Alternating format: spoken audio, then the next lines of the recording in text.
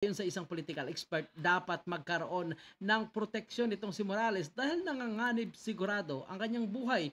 At yan po ang kanyang binanggit, mga kababayan, sa Senado na ang sabi niya nga na kung posibleng ipapatumba siya, ang posibleng gagawa ay walang iba kundi ang taong nakapangalan sa isang pre-operation report ng PDEA na si Bongbong Marcos at si Maricel Soriano. At sinabi din ni Morales, may mga nag-ali-aligid na sa kanyang bahay at kinausap ng Asya at pati isang Indian nasyonal ay umano'y interesado sa kanya. Ito umano ang inutusan ni Lisa Marcos para ipagorgor itong si Morales. Lumalalim na ang investigasyon, dumadami po yung mga nadadamay.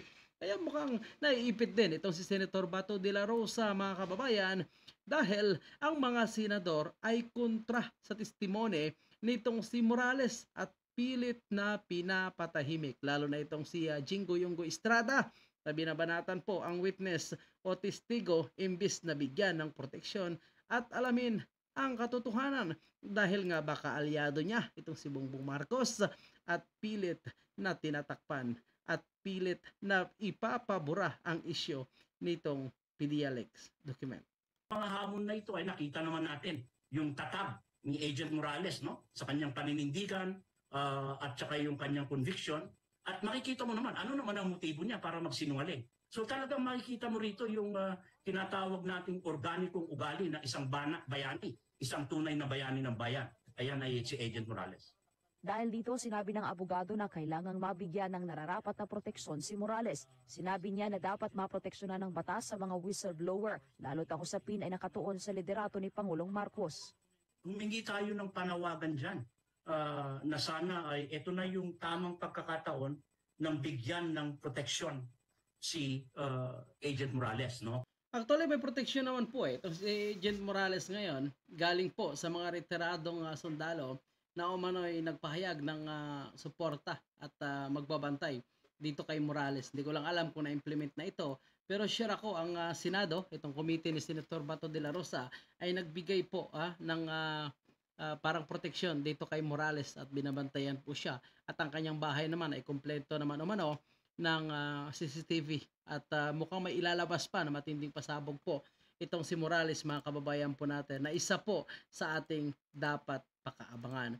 At kini-question din po, mga kababayan, ni Morales itong drug test result ni Bongbong Marcos kung saan ay 2 minutes nga lang ang time interval.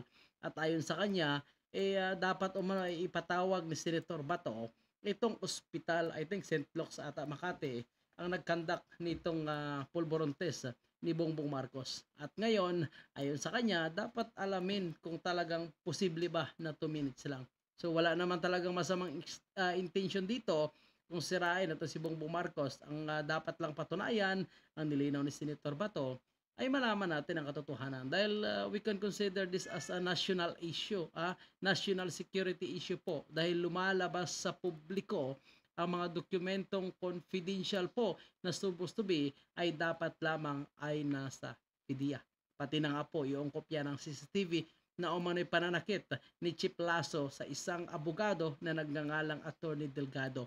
Kaya para kay Attorney Salvador Fanilo, kahit mapatunayan pa ang dokumentong ito at kahit gumagamit pa ng pulburon noong 2012 itong si Bongbong, ay wala namang problema kasi may rehabilitation naman na tinatawag at pwede niya naman aminin at talagang ipakita niya at sabihin niya na hindi na siya gumagamit sa pamamagitan ng isang test po. Itong pulburon test, mga kababayan po natin, at kung negatibo, edi tapos na ang usapan sa pagiging bangag nito.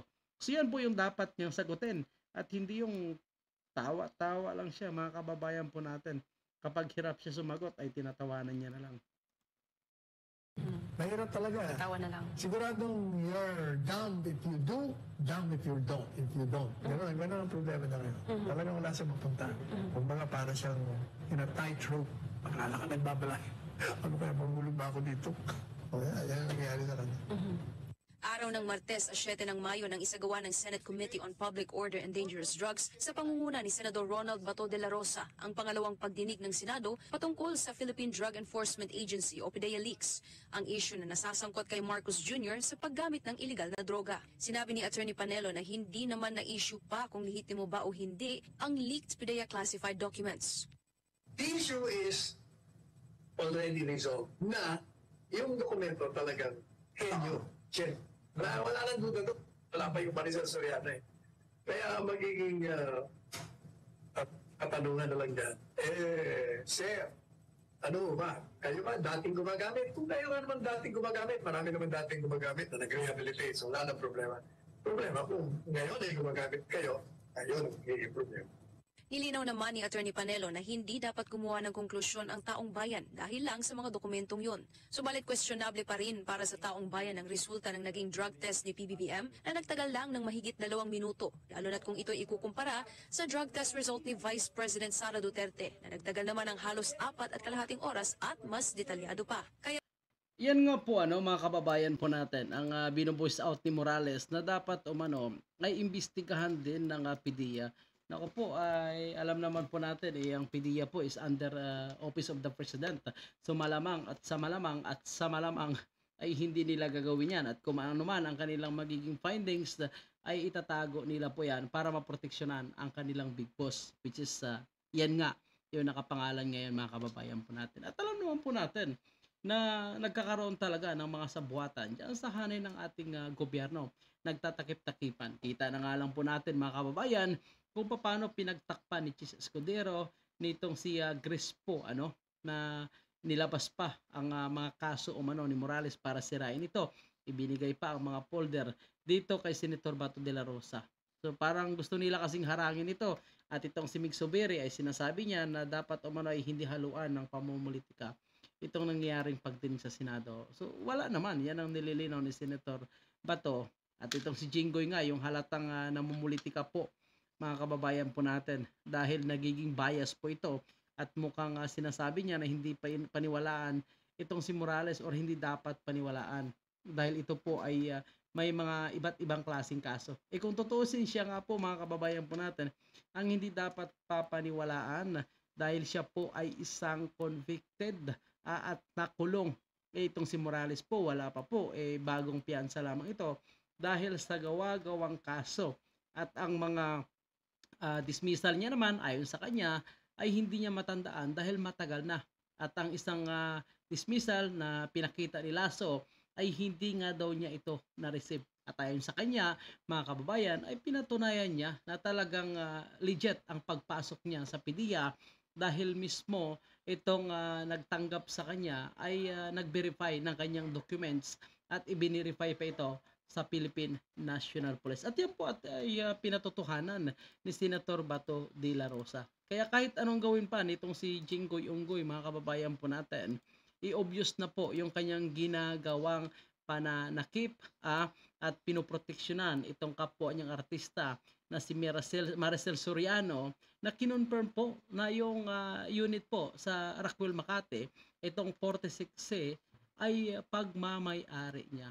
So, ibinenta niya man, pero ang nakuha nating impormasyon ay lumipat po siya sa Green Hills, kapitbahay nitong si dating President Estrada ay October 2012.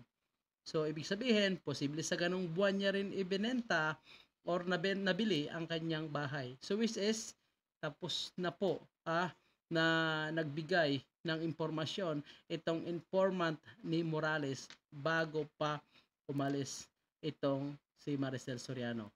Posible po na nabigyan siya ng impormasyon na target sila ng PDEA. Kaya iniiwanan niya na yung bahay ito. Kasi nagkaroon ng sabuatan, kung tutuusin mga kababayan po natin. Nagkaroon ng sabuatan sa Malacanang dahil isa nga itong si Executive Ochoa ang nagharang ng supposed to be PDEA drug operation sa bahay na ito ni Maricel Soriano kung saan nagkakaroon ng session itong ating presidente at itong si Maricel Soriano at ilan pa sa kanilang mga kasamahan na may picture pa na ipinakita. So sana lalabas itong picture para sampal dito kay Jinggoy na talagang pilit sasabihin na sinungaling itong si Morales at ang audio video recording kung saan may mga taong pumunta sa kanyang bahay at gusto siyang suhulan. Ito po yung additional na komento ni Attorney Salvador Panielo. Marcos Jr.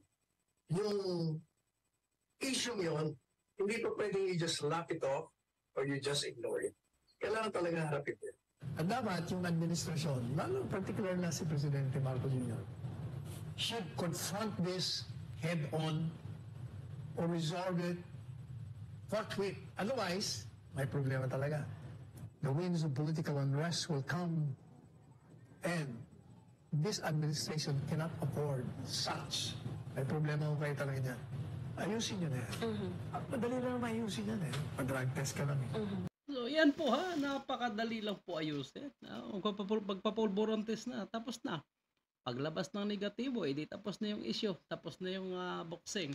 Dahil nagmamatigas ito, tuloy naiisip po natin na posibleng totoong talagang addictus benedictus po ang namumuno sa ating bansa. So sana wag naman ganon.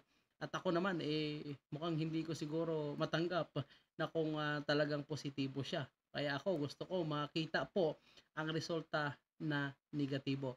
Kaya focus na lang po tayo sa mga issue ng ating bansa at kalimutan na natin ang issue ng pagiging bangag kung lalabas ang negatibong resulta. Ang tanong, kailan? Yan ang ating aantayin, mga kababayan. At kung kayo po ay nagustuhan nyo po ang video ito, huwag kalimutan i-like at i-share. At kung kayo po ay bago lang sa ating channel, huwag kalimutan mag-subscribe. Maraming salamat.